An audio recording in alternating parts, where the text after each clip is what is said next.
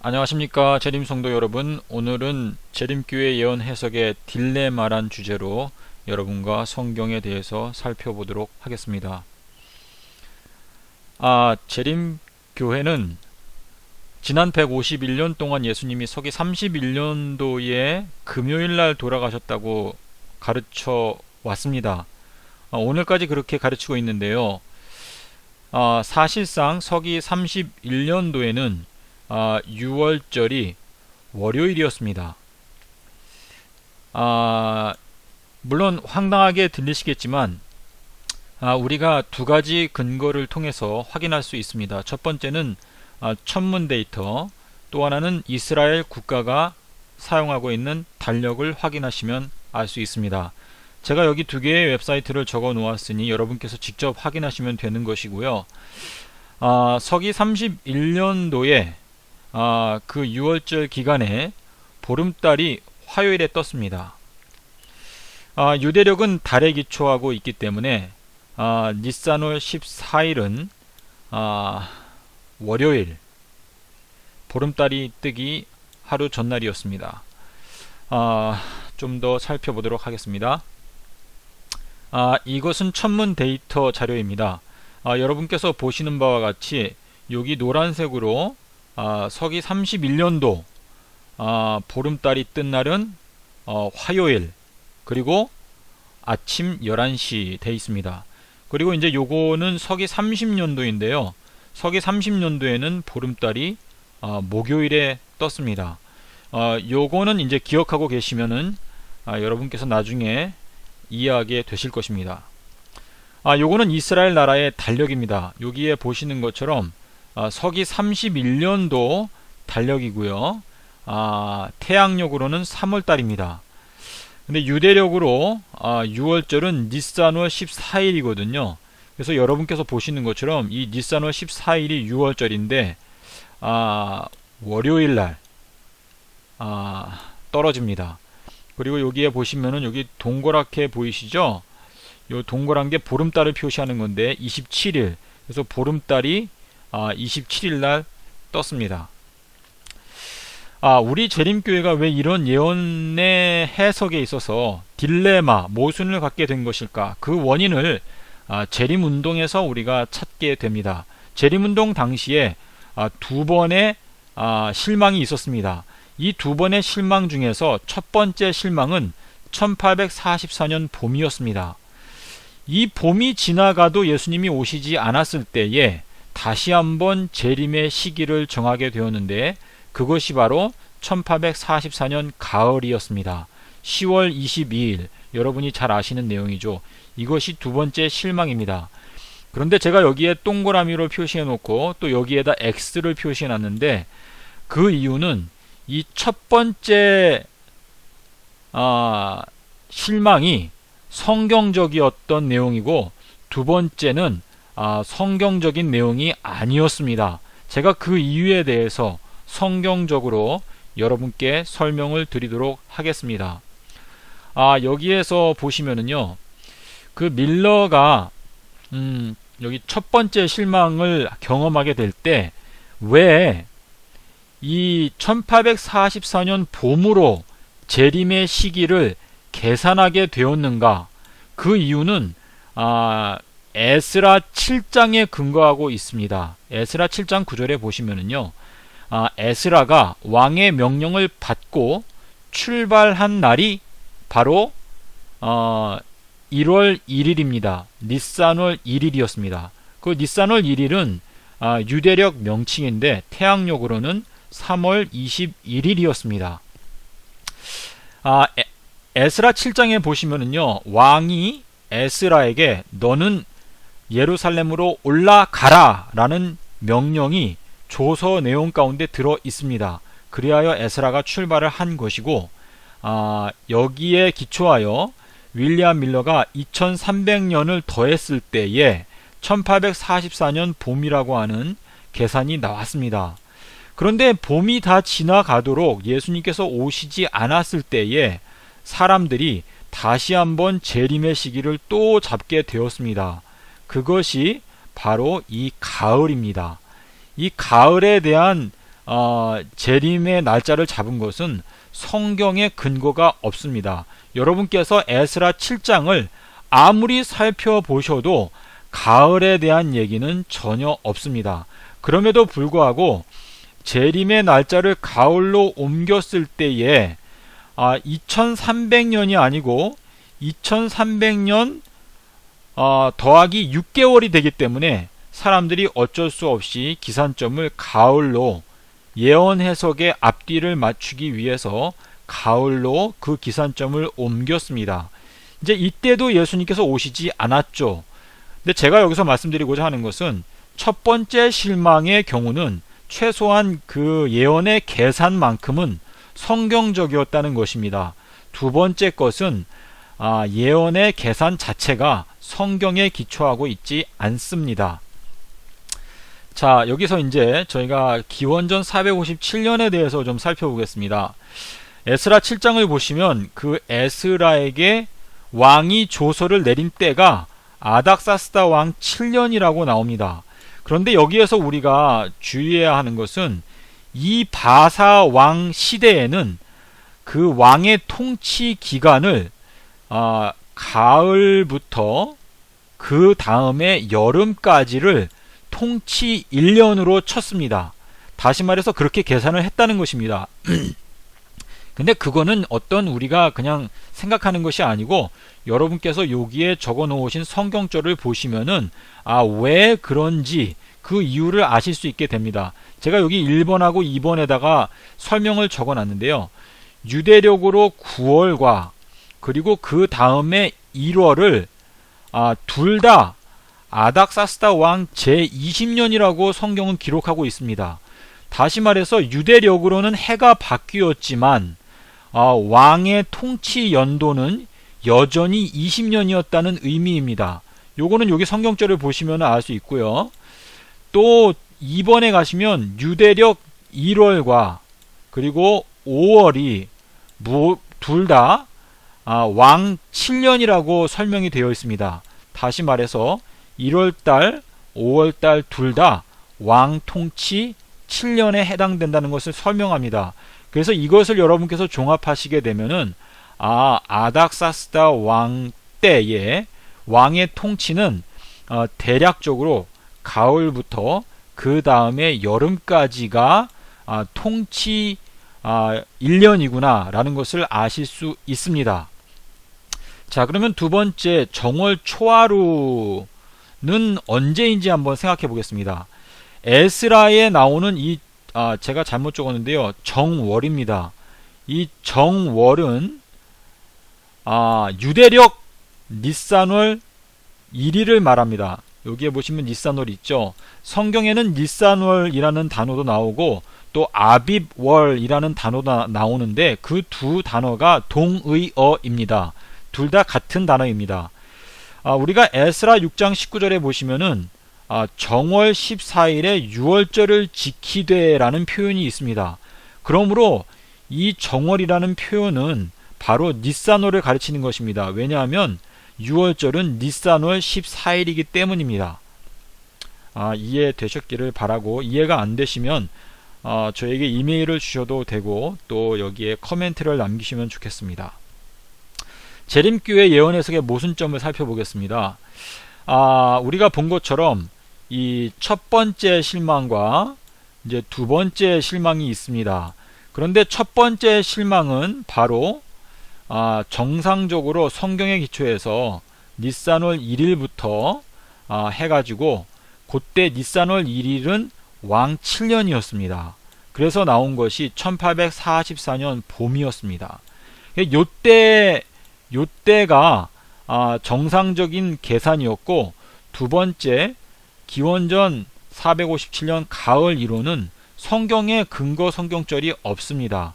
그리고 더군다나 제가 방금 전장에서 설명드린 것처럼 가을은 아닥사스다 왕 8년입니다. 그렇기 때문에 성경 자체가 에스라 7장에서 이때는 왕 7년이라고 설명을 하고 있습니다. 에스라 7장 8절을 보시면 거기 적혀 있습니다. 그런데 재림교회가 지금 현재 가르치는 이론은 왕의 명령이 내린 때가 아닥사스다 왕 8년이라고 주장하는 것과 같은 내용입니다. 그러므로 모순되다는 것을 알 수 있습니다. 그래서 이 1844년 10월 22일은 아무것도 아닙니다. 그러니까 2300 주야가 끝난 때는 바로 1844년 이 봄 이때입니다. 재림 성도 여러분, 이제 여기에서 보시면은요, 그러면 그 정상적인 기산점에 근거해서 다니엘서 9장에 나와 있는 70주일 예언을 계산하면 예수님의 십자가 연대가 서기 30년도라는 결론이 도표상으로 나옵니다. 그런데 그 서기 30년도에는 6월절 요일이 수요일입니다. 이것이 성경적입니다. 제가 말씀드린 것처럼 이 잘못된 기산점에 근거해서 다니엘서 9장의 예언 해석을 하면 서기 31년도가 십자가 연대가 나오는데, 말도 안 되는 사실을 확인할 수 있는 것은 그 당시 6월절이 월요일이기 때문입니다. 그래서 이것은 비성경적이다 라는 것을 알 수 있습니다. 이것은 이제 제가 만든 예언 도표인데요, 다니엘서 9장에 나와 있는 70주일 예언입니다. 여기에서 보시면은 이제 70주일, 그러니까 70 week, 그러니까 일주일이 70번 반복되는 것인데요. 기산점이 BC 457년이죠. 그래서 이때부터 457년도를 일요일 연도, 그리고 456년도를 월요일 연도, 그리고 455년도를 화요일 연도, 그리고 454년도를 수요일 연도 해가지고 일주일의 달력에다가 넣었습니다. 그래서 요게 첫 번째 주, 그 다음에 7년이 두 번째 주, 그리고 그 다음에 또 7년이 세 번째 주, 네 번째 주, 다섯 번째 주 해가지고 70번째 주까지 가게 되시면은 예수님께서 언제 돌아가셨는지 알게 됩니다. 이게 이제 여러분 여기 보시는 것처럼 여기 70번째 주를 제가 표시해 놨죠. 요거는 69번째 주, 70번째 주 표시해 놨는데요. 여기에서 제가 굵은 글씨로 적어 놨는데 AD 30년도가 바로 수요일에 해당되는 연도입니다. AD 27년도는 월요일 연도, 그리고 AD 28년도는 월요일 연도, 29년도는 화요일 연도, 서기 30년도는 수요일 연도입니다. 그래서 제가 여기서 말씀드리고자 하는 것은 다니엘서 9장 27절에 가시면 일회의 절반의 제사와 예물을 금지한다라는 표현이 있습니다. 제가 여기 제목에 적어놨죠. 그래서 여기 일회의 절반이라는 이 다니엘서 9장 27절의 표현은 수요일을 지칭하기 위해서 가브리엘이 사용한 표현입니다. 가브리엘이 수요일날 예수님 그러니까 70주일 예언에서 수요일날 돌아가신다라고 표현하기 위해서 일회의 절반에 예수님께서 제사와 예물을 금지하시고 성소의 휘장이 위에서 아래로 찢어지게 하는 일이 바로 수요일날 일어났습니다. 자, 우리가 예수님께서 수요일날 돌아가시는 것이 가능한가 살펴보겠습니다. 요나의 표적은요, 마태복음 12장 40절에 나오는데요, 요나가 물고기 뱃속에서 3일 밤낮 있었던 것처럼 인자도 어디에서요? 땅 속에서 지내시는 시간이 3일 밤낮이다 라고 말씀하셨습니다. 예수님은 수요일 해질 때에 무덤 속, 땅 속에 들어가셨습니다. 그리고 그 땅 속에서 목요일, 금요일, 토요일 무덤 속에서 지내시고 나서 일요일에 부활하셨습니다. 일요일이 시작되는 시간에 부활하셨습니다. 자, 요나의 표적의 구체적인 그 성취가 예수님의 십자가 사건을 통해서 이루어졌는데요. 살펴보겠습니다. 자, 여기에서 보시는 것처럼 예수님께서 돌아가신 날은 바로 아비벌 14일, 서기 30년도 아비벌, 이날 십자가에서 돌아가셨습니다. 제가 여기에다 여섯째 날이라고 적어놨는데요. 이 문제는 여러분이 지금 바로 이해하기는 어려우시겠지만, 이 아비벌 14일은 아담과 하와가 범죄하던 그 달에 금요일이었습니다. 하지만 예수님께서 돌아가신 서기 30년도에는 수요일이었습니다. 그래서 제가 여기에 여섯째 날이라고 적어 놓은 것입니다. 그리고 이 15일은 큰 안식일이었습니다. 무교절 첫 번째 날로서 이날은 이스라엘 백성들이 출애굽한 날입니다. 이 큰 안식일에 이 큰 자가 붙었는데요. 이 큰이라고 하는 의미는 위대하다라는 의미입니다.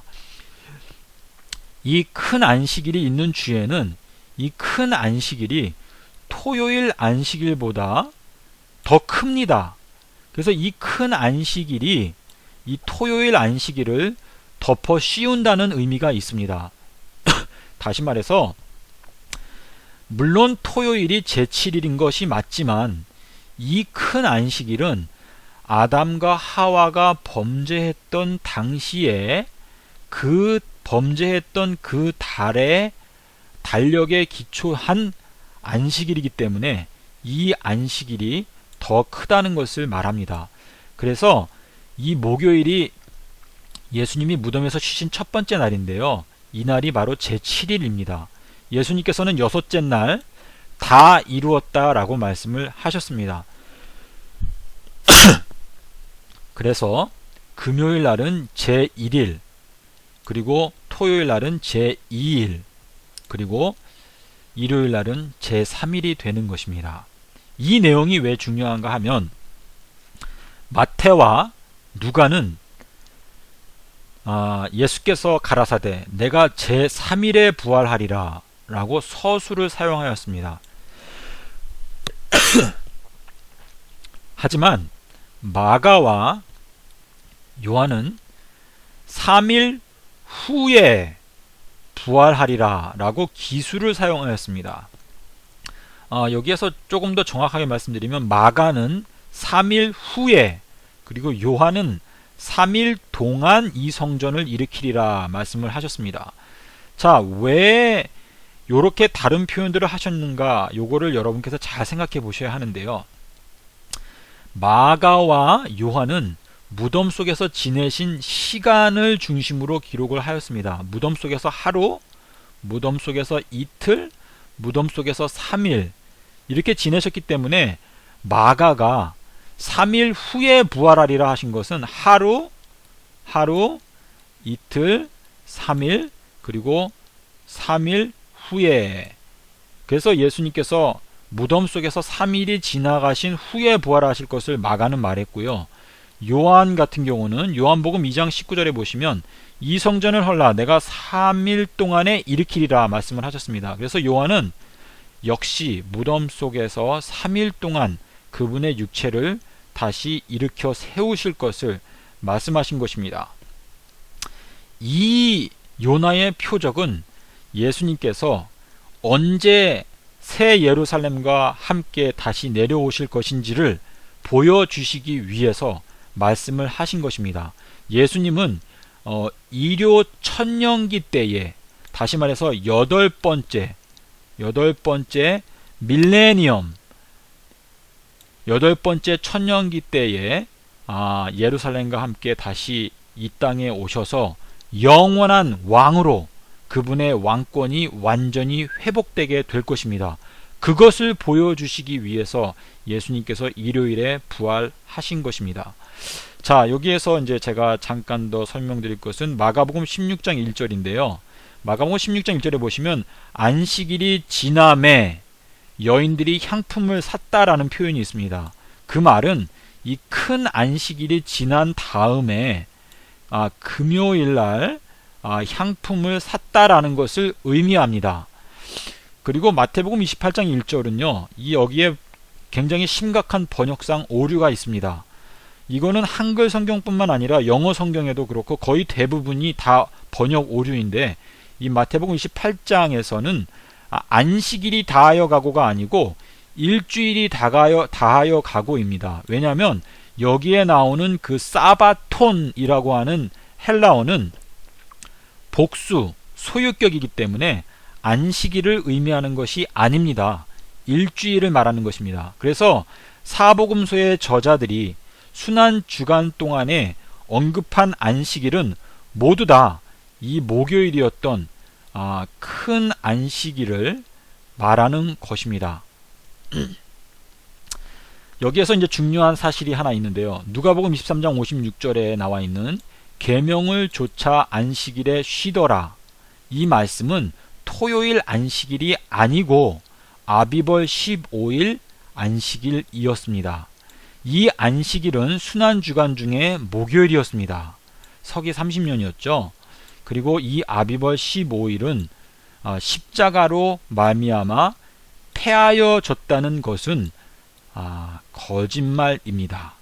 신학자들이 만들어낸 잘못된 해석이고, 이 아비벌 15일은 예수님께서 십자가에 달려 돌아가신 이후에도 초대교회 성도들이 지켰습니다.